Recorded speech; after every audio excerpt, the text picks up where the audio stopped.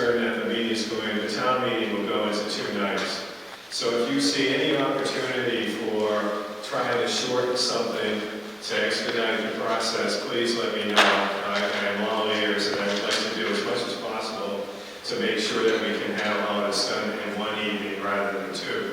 But at the same time, I think it's important that people feel that they have an opportunity to address the issues that they feel are important to them. So what I'm going to do is go individually through the articles that we have, and as we go through, I'm going to have some questions and also some comments. And is Kate on board?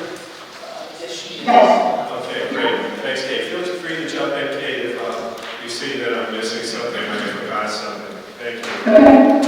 Okay, so Article 1, the motion that we read before Article 1 is the usual motion. Robin, as the chair of the Selectmen, will be making some very brief comments. And then, Woody, I would like you to move to Article 4, or Cam, move to Article 4, rather than, Woody, Article 4 to make your statement rather than follow Robin immediately, if that's okay. I think it makes sense because you'll be addressing the operating budget and the capital budget. Right. Okay, very good. I would now like to move to the planning board articles because Carol Lisbon and the planning board have another meeting that they're conducting. So Carol, let's move over to your articles. It's page 27. I'm sorry? Page 27. Okay, very good. So beginning with Article 20, I believe, or 19. No, Article 20. Maybe it's the only one. Yeah. Oh, is that This is modification. 19 is the first one. Oh, is that the one that was sent out today? I didn't get it. Okay, all right, thank you. Why did I not get this? It should say where you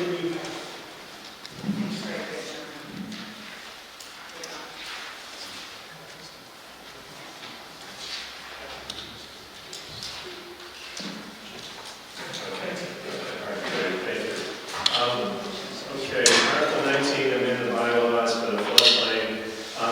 Carol, I thought that the explanations in the blue book were very good. Do you think that is necessary for the board to explain the purpose of a very brief introduction?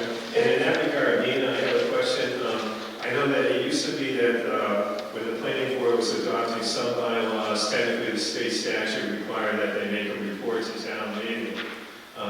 Is that something we have to worry about with any of these bylaw proposals? Yeah, so this is Article 19. I would not worry about that.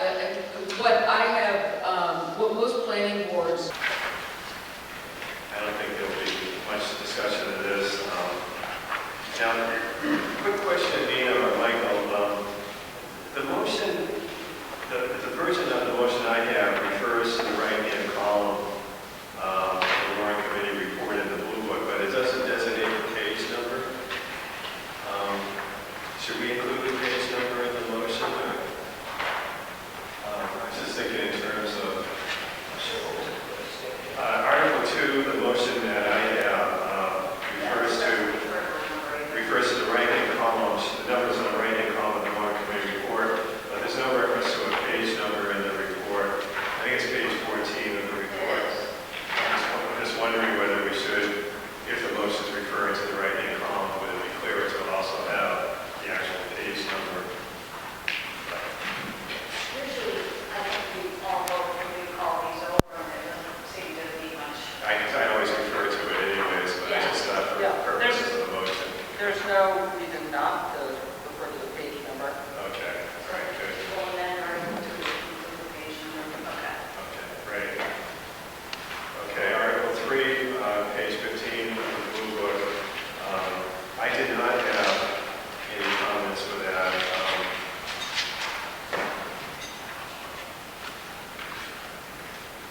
I suspect that this will be a pretty quick one. Pretty small numbers. Okay, Article 4.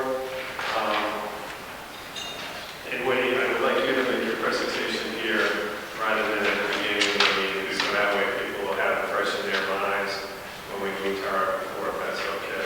That's fine. Okay, great. I think on this one, Jim, is where we have to say as the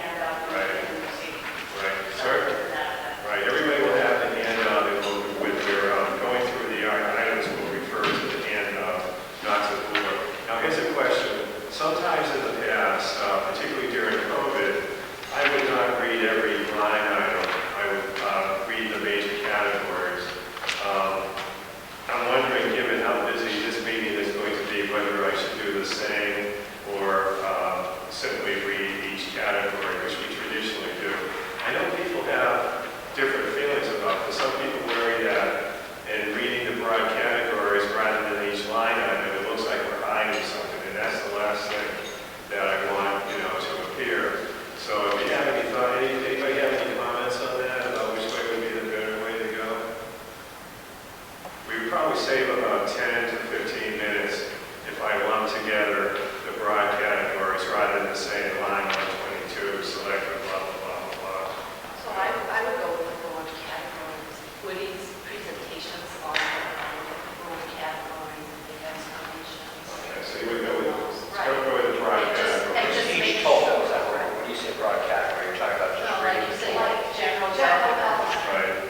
So I would say general government, Oh, fine, okay. total, on page 2 of the handout. Okay. Okay. And then just make clear at the beginning that if anybody has a Right. question, a whole, just put the budget line. Okay. All right, good. Article 5, we talked about the Blue Book seemed to have a slight variance in terms of ordering the items for the police cruisers, but that's going to be corrected in the handout. That the handout, was the handout at the same time we did 4 and 6. Okay, So great. everybody should have both. This also, yeah, I said vote. Article 15. Let's see. I do not have any questions or comments on that. Anybody else? No, basically it's consolidation of where we have 4 different categories. Right, okay. And a trend line. Yeah. Article 16, revolving fund for the cemetery commission. I don't think that will require much discussion. Article 17. As a quick, would it make sense on all of the revolving fund changes, if someone spoke for 30 seconds in advance of the call and say, we're just bringing our revolving funds into our current operating environment, and this is how it works? I think, Chris, if we just do a slide and say the following articles are consolidating our revolving funds. This has no budget impact. Right. But I Just to be clear, so we are, the Board of Health are consolidating, selecting, expanding, then there's 2 brand new ones. So it's not just consolidating, I think the key is ready to go operating budget impact. Right, and I just do, the following changes are being made to our revolving funds. One, the Board of Health is consolidating, and there's 2 new ones, and just by the way, there's no budget impact. I think that 1 or 2 minutes is going to be well spent because there's too many possibilities for questions. Should we try it as a consent vote or do them separately? I think all you have to say is there's no budget impact, and it can be part of your consent. It could be a consent. It's a tidying up of the. Right. It's just an administration. Yeah, 2 of them are brand new. Yeah. But again, It's these just, people, it's streamlining operations. It's bringing the revolving funds into our current configuration of government. I mean, DPW is no longer split out, and for the new ones, okay, they're new revolving funds. But with no impact on the budget, I just think that, again, 1 or 2 minutes of explanation, and then all of these going to consent agenda would be nice. I would say, just as a reminder, the revolving fund is fees from users that go into an account that are then used to offset costs. What do you think? Got all that, Chris? Chris, I can see the slide. So 15, 16, 17 on consent, and last one is health. All right, 18. Fire department operational assessment. Who's going to do the explanation for that? Are you going to do that, Chief? Or? Again, There hasn't been a plan presentation, but I think it's appropriate for chief of the board. Kate, have you thought about this? We were planning on having the chief make that presentation. It's news to him. He lives in Well, I always leave. Hey, chief, can you make that presentation? Yes. I can, but I do believe in the less is more. If somebody asks a question, then we can get into the detail, but if you make a motion and nobody asks a question, then I think. Okay. Okay. Very good. Article 19, we already dealt with, Planning Board. Article 20, Planning Board. 21, Planning Board. 22, Planning Board, we've dealt with all of those. 23, trail easements, we also dealt with.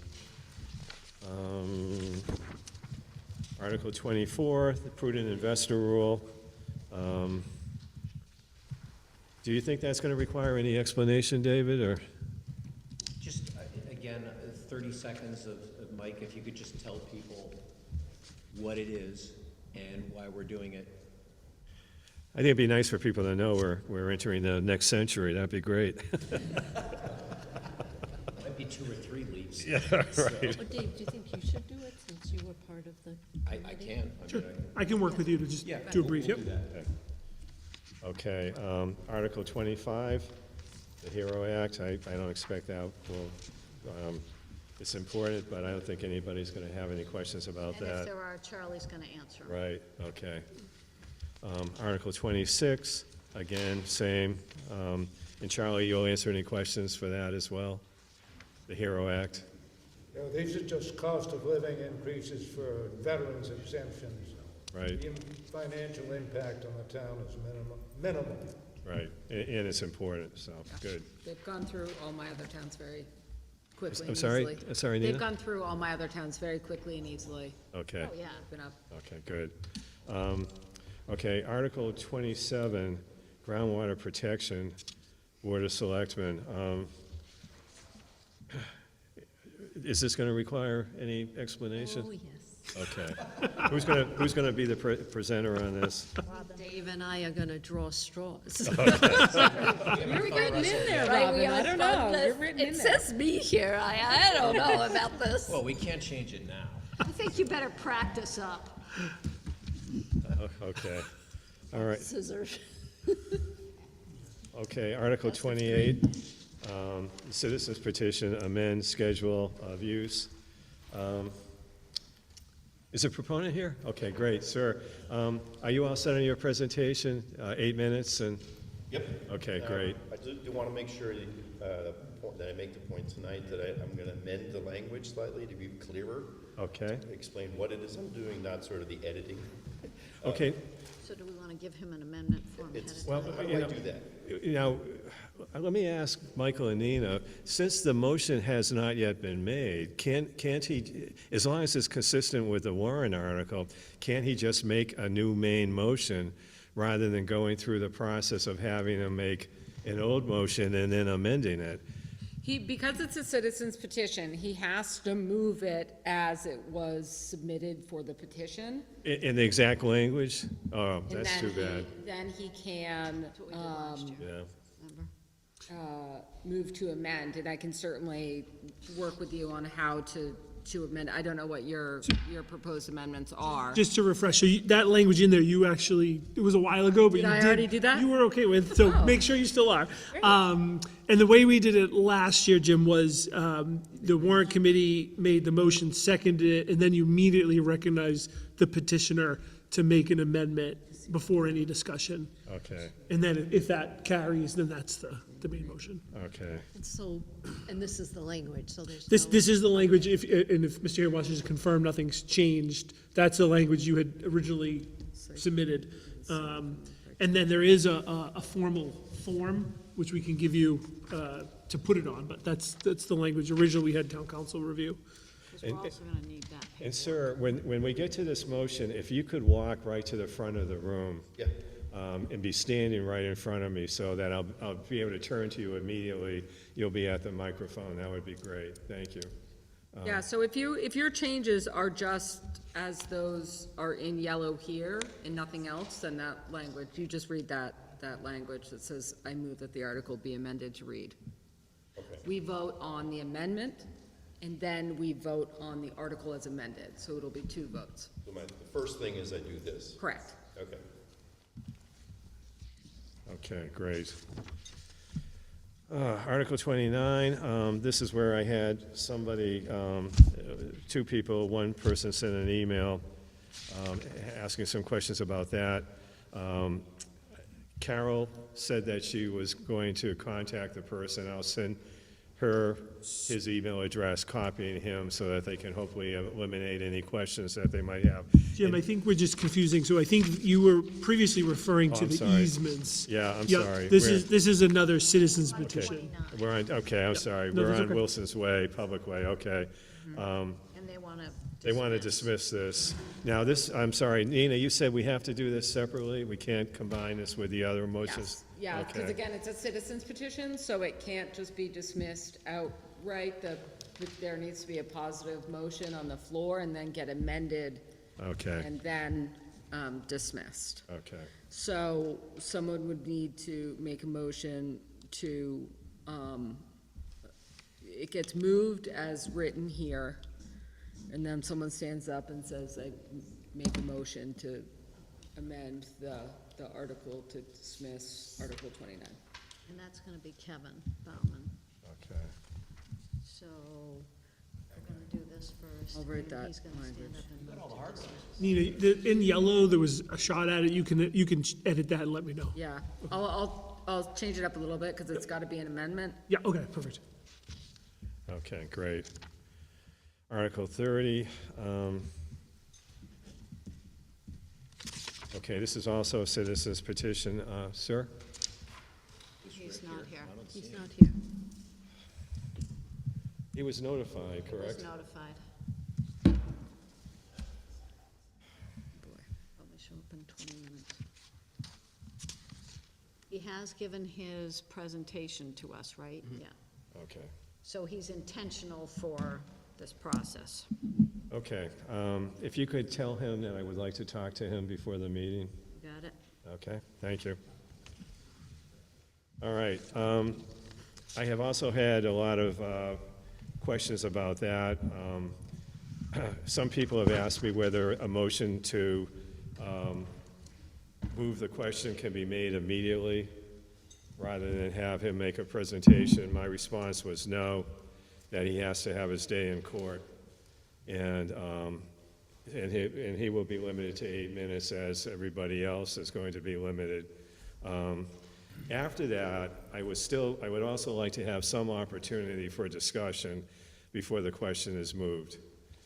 I feel it's only fair, even though this will be the 3rd time that it's come before the town, I think that it's a question of process that people at least initially have an opportunity to express some of their opinions about this. But I'm open to persuasion, but right now I'm leaning very heavily in not allowing a motion to move the question before his presentation and not entertaining a motion to move the question immediately after his presentation.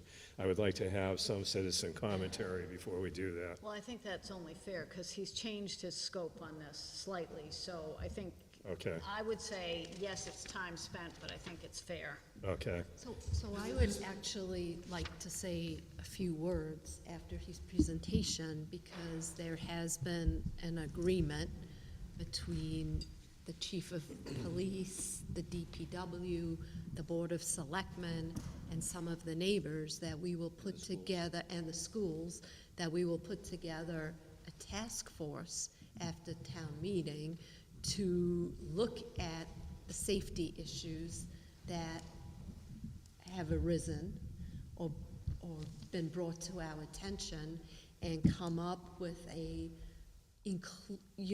and come up with recommendations, understanding that we may not be able to do anything, but we need to really take a long, hard, inclusive look, because the design that he's proposing does not address the safety concerns that I think if that statement can be made this got more discussion at the, This is gonna, there's gonna be, I think if open we hearing say than that, any other article, and could have gone for a long time. So I think if Robin's statement is made after it goes or whatever, it will address a lot of it. After his presentation, is that what you're saying? Right, so immediately after his presentation, I'll call on Rob and, So I'm not getting two Then we'll- hard ones, you're getting the other one. Jim, that you're right.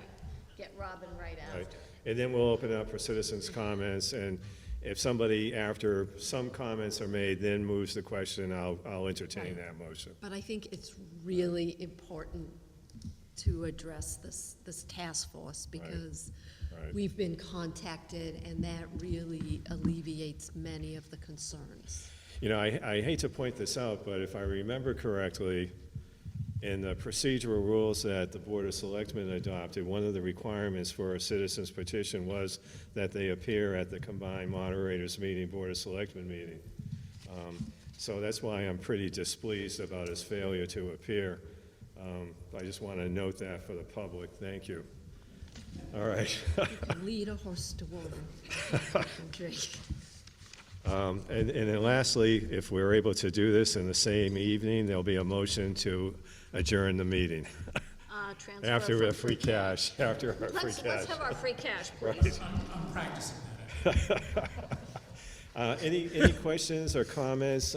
First, let me ask Kate. Kate, what did I miss here? Anything that we should add to this? And then I'll open it up for questions or comments from everybody else. No, I think you touched on everything. I'm just gonna I'll send you a list of the presenters and everything from my notes, just confirm with your notes.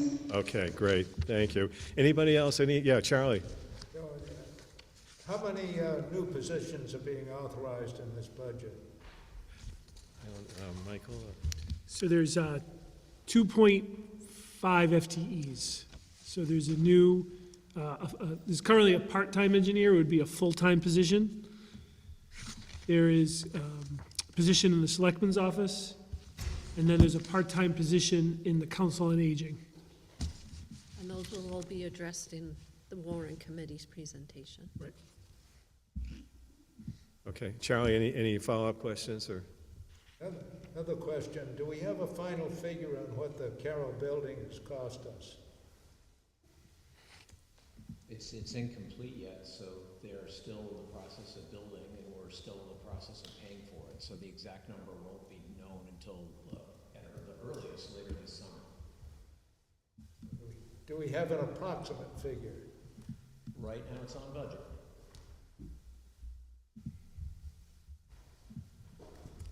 Okay. Anything else, Charlie, or anybody else? Again, thank you very much. Appreciate all your help. And if you have any further thoughts about what we can do to move it along, feel free to contact me. Thank you. Back to you, Robin. Thanks. So now we can watch everybody leave. Sorry, I do have a handout. Yeah. What's the process for getting that? Give it to me. Okay, great. Thank you, sir. Thank you. Okay, great.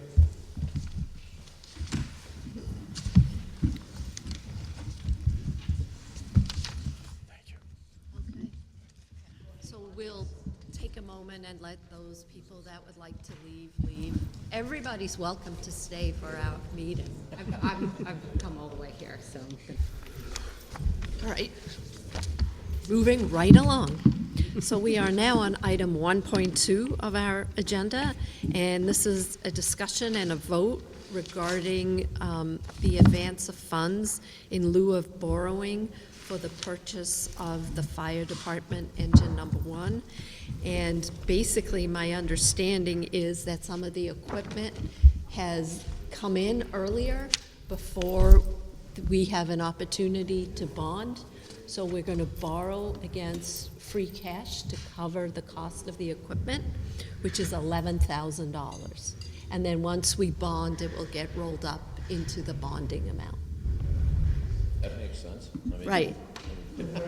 Because we're not sending it back. No, well, we have to pay for it. That's the bottom line. So if you don't have any questions, and if I explained it correctly. Well, See a couple of nods and then we're good? That's what happened? All right, good. All right, so then I move to approve an advance of funds in lieu of borrowing for funding the amount of $11,000 for the purchase of the fire department engine one equipment. Second.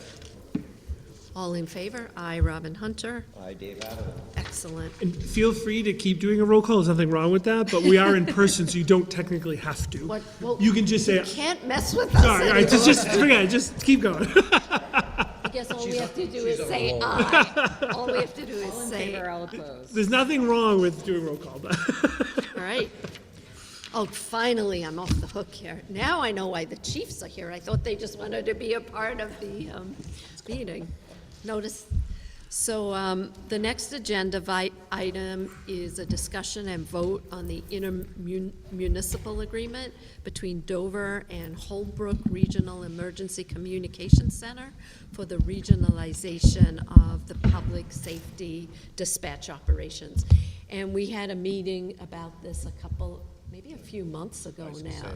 Right, and Chief Wright was somehow able to work some magic and get them to consider us for this year, which would then allow us to obtain a grant. Yes. So it sounds like you were successful. Let's hope so. Okay. The floor's yours. So Chief Vinci and I have been working diligently to try to move this forward. We're at the point where the development grant has been submitted by Holbrook. It's in the 911 committee's hands. They typically announce awards in June, July. Part of that process, of the grant process, is to make us give us a higher priority for funding. Having an IMA, intermunicipal agreement, in place with Holbrook prior to the award notifications gives us a higher priority in that process. So we did the letter of attestation already, but it'll bump us up like 2 levels to have the IMA in place prior to them finalizing the award.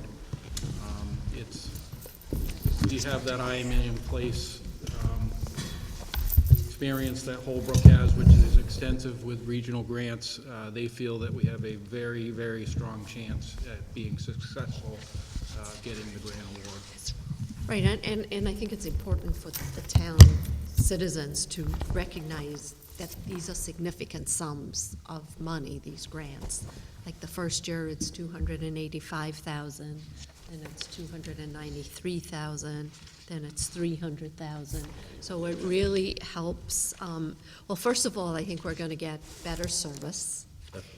It's going to help costs. And it also defers the need for us to upgrade our current dispatch equipment. But I think the most important thing is, based upon both of your experience, it's getting the better service, getting professional, not that our guys aren't professional, but getting dispatchers that this is all they do. So, right, you know. I'm just so the way, so people know the way it works is that an officer staffs that desk every shift, 24/7, 365. So some of the officers work it frequently, and they're very good at it. Others do it here and there, and just like anything, it's a perishable skill. So if you don't do it often, you lose a little bit off your fastball. So by having professional dispatchers that this is their job, they're certified, this is what they do, it'll provide a much higher level of service to the town and to the officers on the road and the firefighters in service as well. Could you, for the public, just in a minute, go over the actual station, how it will be a safe haven area? Sure. That will be locked, just so everyone understands. Sure. So in addition to a lot of the radio infrastructure upgrades, the development grant also provides infrastructure, actual building infrastructure upgrades. So, because I imagine the argument or the question of what happens if I am fleeing somebody and I show up at the police station and there's not a police officer inside. Well, they would pay for upgrades to the station, which would basically make a secure vestibule where you would come in. If that situation presented itself, the person could hit a panic button that would be installed on a wall and they'd be locked in that vestibule. And then obviously an officer would be immediately dispatched to return to the building and handle the situation. So, with more I think we asked for more door fobs, so we did that, you know, more cameras, a secure vestibule, a panic button, a direct intercom to dispatch. So all those things would help address some of those safety concerns that people have. Great, thank you, because I just, it's important for everyone to understand that it's not just gonna be a blank building.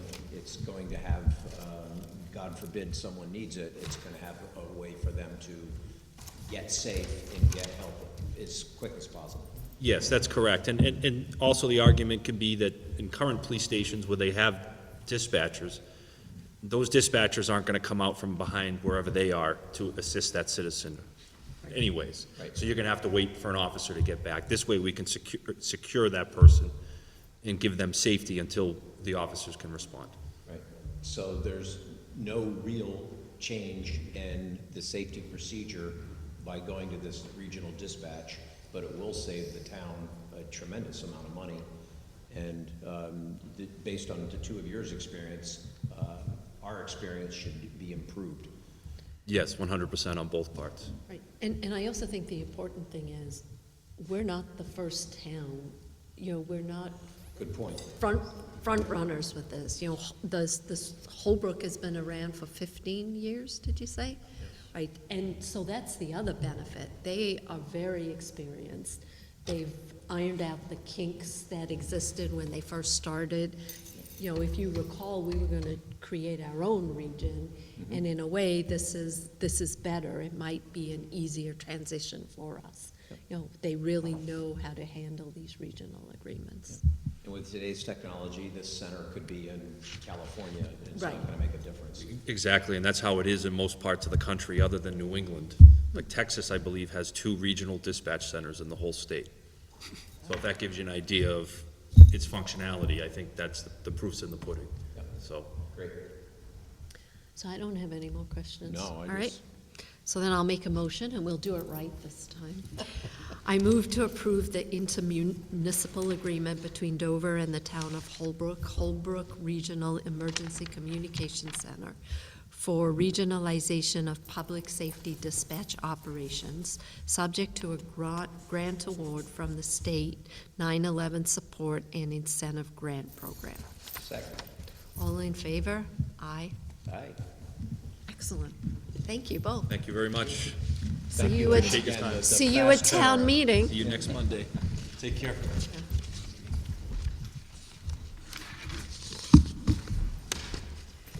All right, so item 1.4 on the agenda is this is just a standard, right? Yeah, just in case between, you know, now and town meeting, this is your last meeting, so if there's anything that came up or any discussion, you know, you have the most current versions of the handouts tonight for each of Article 4 and Article 5, but no changes that we haven't already discussed. Right, and actually this afternoon, I spent some time with Mike and Chris and Carl, and we went over the budget, and we went over all the changes, just to make sure that all the explanations were correct, and that we weren't missing anything, and actually addressing all of Charlie's questions. So, Oh, good. which we had figured we would need to address. But, you know, overall, the operating budget increase is 2.4%. Very, very different from where we were last year. So. You know, and there are new positions, but there are also expenses that are being reduced. You know, we had things in, like, for instance, we had a finance director in the budget, and then we moved around responsibilities. So now Chris took that responsibility, but we need somebody to take over some of the work that Chris was doing, because he just can't do it all. So at the end of the day, the net increase in the Board of Selectmen's budget for the salary line is 1.7%. So, I mean, that kind of puts it into perspective, which is less than what you would expect for just COLAs. Correct. So, you know, we are adding, but we're being cautious about who we're adding. And then some of the other increases on the salary side in government are the fact that last year, we didn't put a full year for the Community center the custodian. community center custodians. It's funny, I So, knew you- I right, knew what you were and gonna So say. this year, so this year you have the impact of having a full year for that. Yeah. But, I think overall, the budget, the operating budget is looking really, really good. Well, I have to commend Mike and to a lesser degree Chris, because you're just doing the work, right? But Mike's been very creative in being Right. able to get the work done, and being able to, I don't like this term, but I don't know a better one, push the work down to a level where it can be handled without having to get a high-powered, high-paying position or person to do that work. And Chris, we're very excited that you took it on, and just based on this year so far, great move, Mike. I agree. So we're there, but now we do need help Right. I to mean, get Chris- some of the Chris can't do it. communications off of Chris's plate, and some grant writing, and some other things that need to be done. We need a body to do that.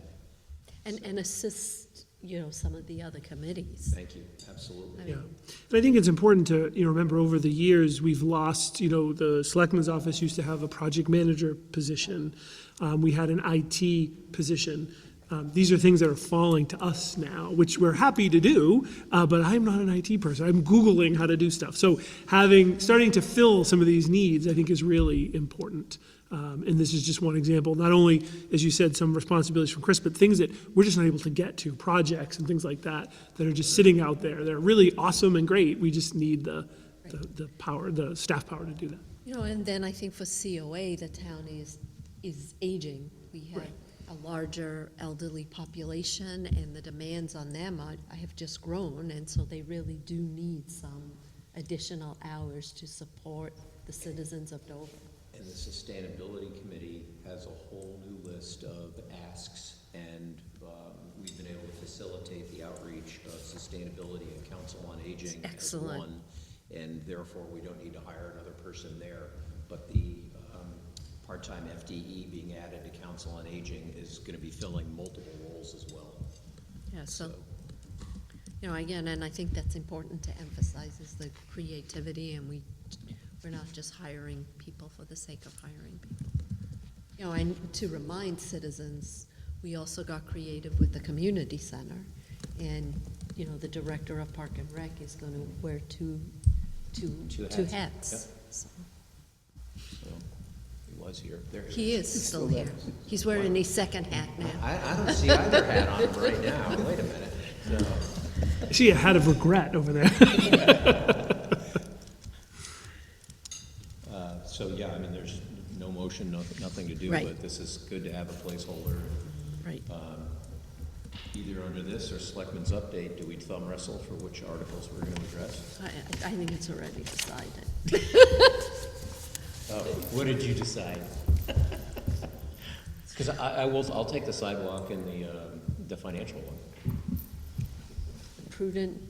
Yeah, No, prudent man. I think you should take the Bible. We can thumb wrestle later. So let's go to item 1.5. So I don't have a lot to update since your last meeting. Last week was school vacation week, so it was a bit quieter. But I did just want to call to your attention that your agenda, we have a special meeting tomorrow, and your agenda doesn't include approval of a contract for our online permitting software. As you know, we received that grant. I'm very excited about that. So again, we're continuing to move forward in that process. And then your first meeting in May will include awarding the RFP for electrical aggregation. Oh, that's exciting. So that's exciting as well. So Chris has done a lot of work on that and has prepared that to come before you. And then I don't know if, Robin, you want to talk about, I know you did your office hours, if you want to talk about that. So I did my office hours at the library. Nice. Most of my interaction was with little kids, helping them. The Keurig machine is extremely popular. And I was helping them make hot chocolate and hot cider. So it was quite entertaining. I was gonna say, you had a lot of fun then. So- Right, and then some of their parents stopped by, so I got to talk to them as well. It is a really good idea to do some of our office hours at the library, and I just happened to pick a very bad day because it was Good Friday. There was no school vacation started, so a lot of people had already left. But Mark, the 4 families I talked to all had a lot of questions about the rail trail. So that was great. You know, they asked that when we think about a town meeting, if we could do something not on a Monday night, like during the day, and maybe allow for babysitting. You know, there was a lot of support. They would, you know, all these families would very much, they all use both Needham and Medfield, and they would love to have a rail trail in Dover as well. So. That was, you know, they had all attended the open hearing, which was great. After they proceeded to tell me they were so busy they had no time to volunteer in the town.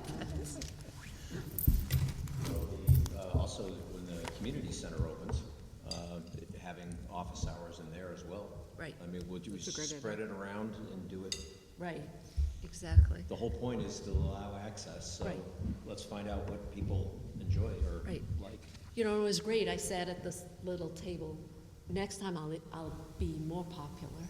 The hardest question I got was this little girl. She was in 2nd grade, and she asked me what a selectman does.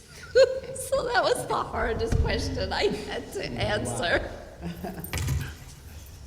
To a 2nd grader, okay. Right, so she had a lot of questions. Just getting ready. It was actually very, very fun, and so it is good to kind of go out there and have, because people, you know, I was sitting right by the door, and the parents just sort of said, "Oh, you're a selectman." I was like, "Hi," you know, nice. So it and the librarians were great about introducing some of the parents to me and telling them why I was there. Great, no, it's awesome. When's your presentation with Council on Aging? Tomorrow. Oh, well, good luck. Thanks. It helps. I mean, it's make ourselves available, and however people want to come in and see us and meet us, and Right. If there is none and we're spreading ourselves around like this, then Right. I think that's a good sign. Right. And then since we're on Board of Selectmen's updates, I've gotten a couple of emails regarding the water ban. So, you know, I reminded people that we were in a drought level 1. Many people have forgotten. Many people have forgotten that the bylaw applies to everybody in town and not just those on Aquarian water. So I thought maybe it would be a good idea to stick something in the newsletter and maybe just something on the website to remind people that it pertains to everybody. I don't know if it's worthwhile. I don't know how expensive it would be just to put a postcard and send it to all households. Like today, I saw a number of homes with sprinkler systems on.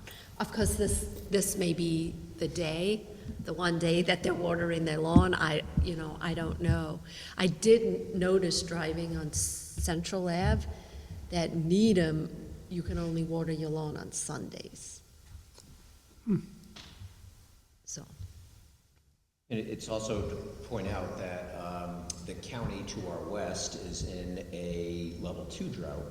And so right on our border, no drought is going to be that specific. And then again with apologies to Winston Churchill, while it has been raining a lot, we have not gotten a lot of rain. I mean, all these showers and whatnot, we've had one that's over a half an inch. All the others have been. We had some good rain on Saturday, I guess. That's true. This is Right. from last week, my Right, statistic. right. But, all right, so 2 days with a half an inch. I mean, it's just not that much rain. And when you realize from the drought that we were inches and inches in deficit. So,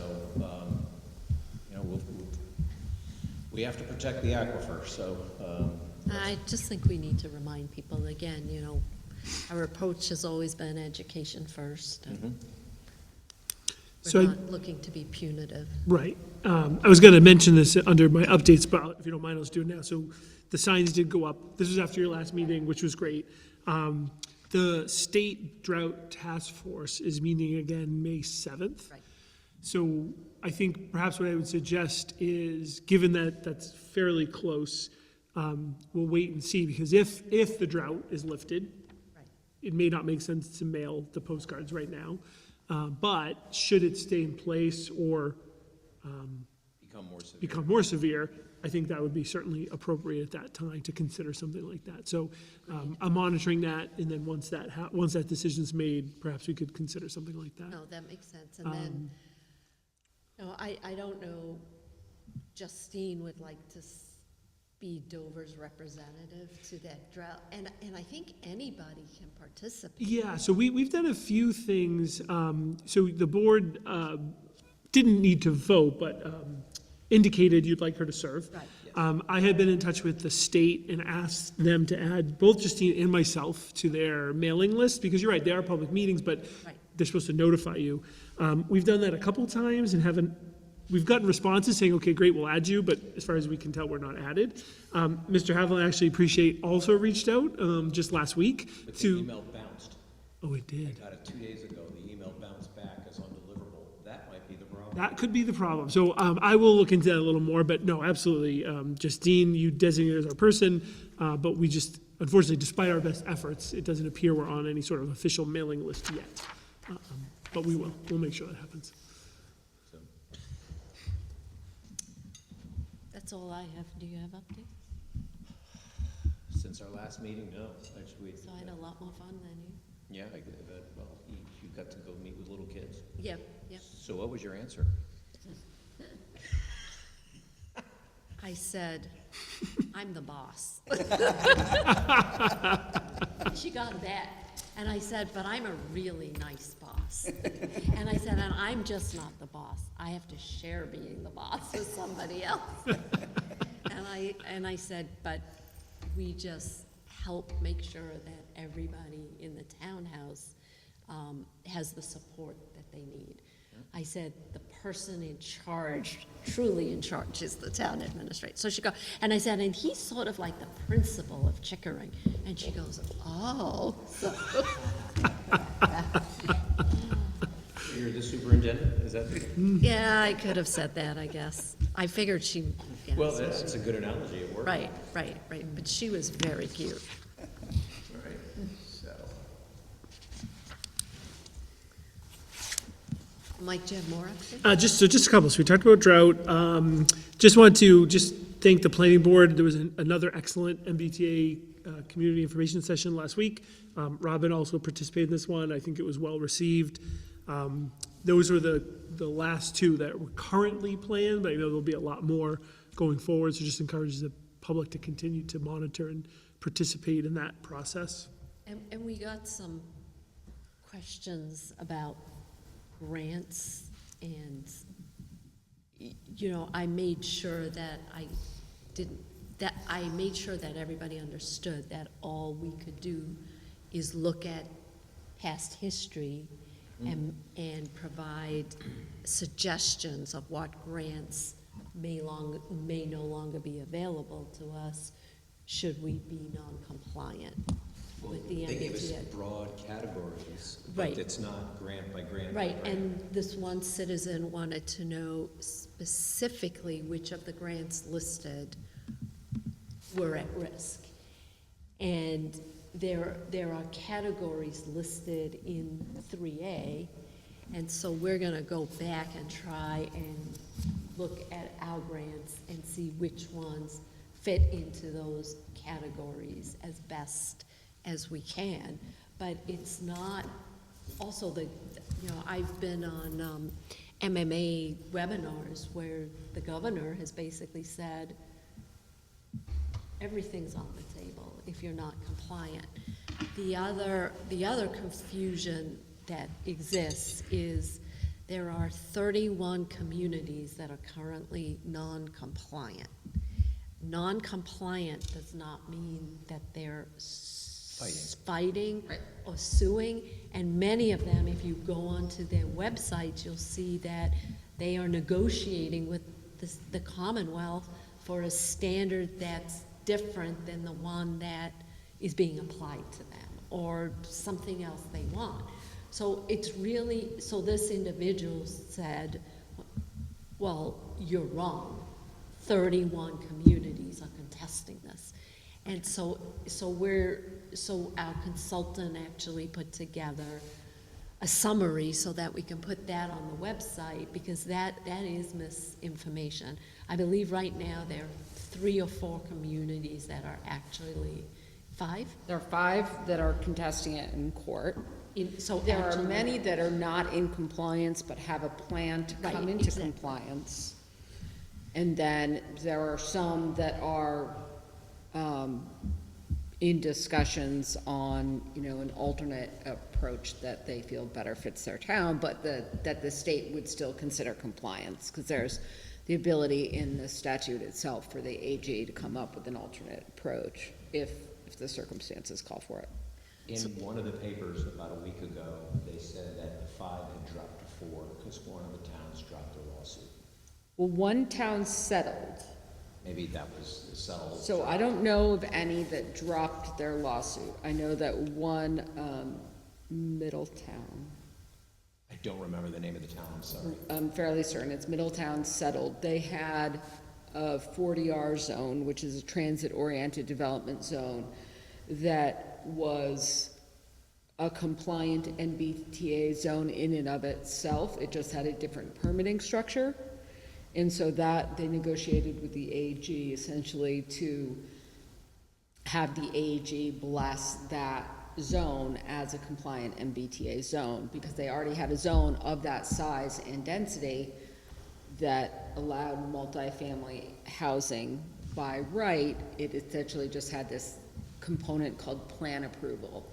And so when the state looked at that, they thought that was close enough to site plan approval and not a special permit, that it actually did comply without having to change their zoning. So that's why they settled and they're out of the lawsuit. Okay, so we're down to 4. I believe we're down to 4. So it's important because there are some who look at this as overreach from the state and wish to pick this as a hill to fight and die on. And when you really look at the statute, I mean, when I first read it, I was livid. I wanted to fight too. But when you educate yourself and find out what the actual ramifications to the town are, there's very, very little ramifications to the town of Dover unless we fight. And then the amount of money that we're going to have to do without And spend defending ourselves, in addition to That's true. grants that we won't get, and then we Yeah, have. one of my friends is the town moderator in Milton. And they've spent pretty close to $750,000 on legal fees, and they lost, and they're still gonna have to comply, and they're having to forego all the grants that everyone's read in the paper about, and it's not a joke. I mean. And they're looking for an override. Yeah. I will say I offer this because I think folks in the public have probably heard about the lawsuits with respect to the unfunded mandate, in the opinion from the state auditor that the law is an unfunded mandate. That's the legal challenge that the 4 remaining towns are bringing. There was a preliminary injunction hearing on that in that case about 2 weeks ago, they would expect, I spoke to Jay Tallerman, who argued it on behalf of the 4 towns. They expect a ruling on that very quickly. There is nothing that, Dover does not need to join that lawsuit in order to benefit from that lawsuit down the road. So if the court actually finds, as a preliminary matter, or ultimately when the case is adjudicated, that this is an unfunded mandate and freezes compliance requirements, Dover can take advantage of that. You haven't changed zoning yet. You don't, that ruling would apply to all towns subject to this statute. You would not have to be a party in that case. So I think if folks are saying, Well, that's a good point. I think if folks are saying, hey, why not just wait and hold on, let's see what happens with this case, where you all aren't voting until the fall anyways, you're gonna have plenty of time to find out what's happening here. You should have your ducks in a, my recommendation would be you should have your ducks in a row to be compliant, and march down that path. And if in the interim, the unfunded mandate cases are successful, you can still take advantage of that. You don't need to kind of blow everything up now and jump in there. Correct, but even if we pass it and the state, or the lawsuit after the fact says we wish to undo it, we could then undo it. Yeah, you'd have to vote at town meeting to undo the zoning, but yeah. So if the legal process goes the way of, no, it's, the law cannot stand for whatever reason, we can then undo whatever we're doing. Absolutely. And I think that you would have that answer before your fall town meeting. That's what it sounds like. Yeah, Right. that's terrific, because I think that's I wish I knew that before. No, I know. It's, right, you know, it's difficult at times because you get peppered with these, Sure, with yeah. these questions. Why aren't we doing this? Why aren't we fighting it? Right. You know, I think you're in a good position of saying, you know, because Dover is a small adjacent town, we don't have to comply. You know, there are towns that are already past their compliance date and trying to figure this out, and they're in real jeopardy. You guys have a little bit of leeway. You're in a good position to essentially take advantage of either way it comes out. So the towns that are currently non-compliant but negotiating with the Commonwealth, have their grants been frozen? Or Towns that are non-compliant have lost grant funding already. Okay. Towns, there are a number of towns that were supposed to be in compliance as of December 31st this year. They were not in compliance because they were waiting for the SJC case. Okay. After the SJC case came out and the court said that the guidelines were not actual guidelines, they were regulations and weren't promulgated properly, they needed to be redone, those guidelines are what had in place the compliance dates. And so what they did when they actually issued the emergency regulations is they pushed out the compliance dates for a number of those towns that are not in compliance until July of this year. So a lot of them have it on their spring town meeting. So they've been told or warned or frozen grants until they pass, but they're not technically, the only ones that are not in compliance are those that do not have a vote being planned by the July date.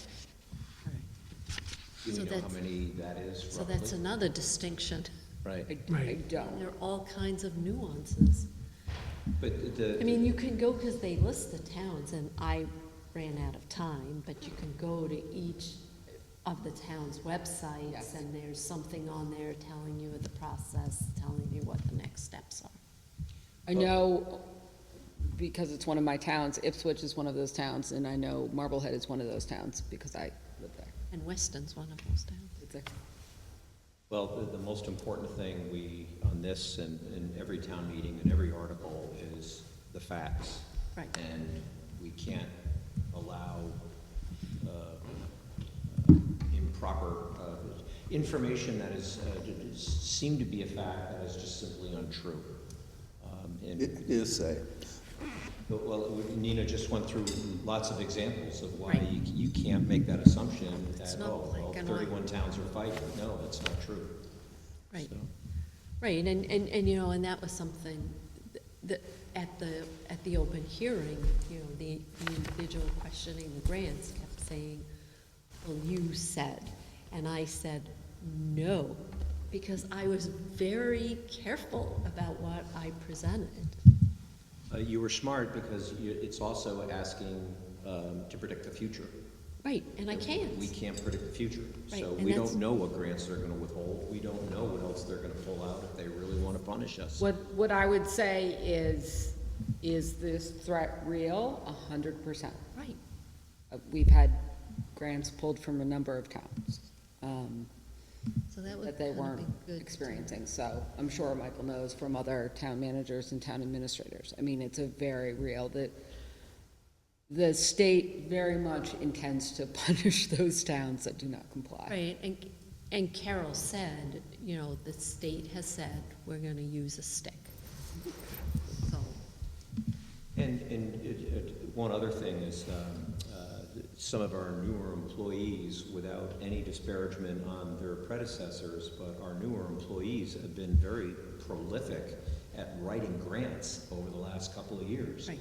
And the amount of money that the town is now getting and hopes to get in an ever-increasing amounts in the future are through these grants. And to all of a sudden pull the plug, why? right, and we looked back, you know, a number of years, and that's why I was careful to say it's on average approximately $1 million a year. But some years we'll get 100,000, and some years we'll get 2 million. You know, and we're not gonna apply for a grant unless there's a project that we're doing that the grant makes sense. And, you know, for instance, we know there are grants available for the rail trail. If we are non-compliant, that's a grant that won't be available to us, and that would be meaningful in reducing the cost of putting the rail trail in. But there's over $1 million of grants just on this regionalization agreement. Right, but I was looking back. I know, Right. but my point No, of the I new. agree, I the new, completely I mean- agree, right. And the Center Street Bridge, that's 13 million. And you did a calculation, and I can't remember it exactly, but every $1 million of grants is roughly 300 to the average house? 350 to the median house at 1.4 million. And I can show you it's a very back of the envelope All those are, calculation. because who so- has a house that's exactly on the median? Right. But, So, but the idea is that people should understand that we're talking 300,000 per million. And so. $300. Sorry, what I said? 300,000. That's a little steep. Thank you. $300 per million is, you know, that's, and it's cumulative. And it's cumulative. Right, so it's 300, 600, 900. It adds up. All right, so I think we've had enough discussion on this. Yep, then just two more quick updates. Dave stole my thunder a little bit, but tomorrow I'll be doing a talk with the town at the COA at the library, which is great. I'm excited to do that. You want to be a hit, you should buy some cider. I should, that's what I should do. The correct I'll bring cider. cider, K-cups, yeah. Mark, you might want to add one of those machines. And then the other thing, this came up during our moderators meeting, but just to specifically call out, tomorrow night at 6 p.m. Via Zoom is the Fire Engine 3 public information session. And so I encourage people to attend if they're interested in learning more about that capital request. Great. I can make the first half hour, and then I go to sustainability. Okay, I'll listen in. Okay, thank you.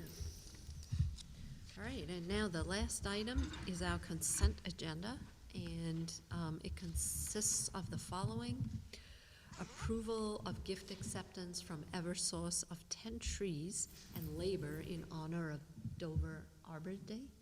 That's cool. And approval of 2025 special one-day liquor licenses for May 10th, 20th, 23rd, and 24th. So I move to approve the consent agenda as presented. Second. All in favor? Aye. Aye. All right, and with that, I move to adjourn this evening's meeting. Second. All in favor? Aye. Aye. Good evening, everyone. Thank you. Thank you very much.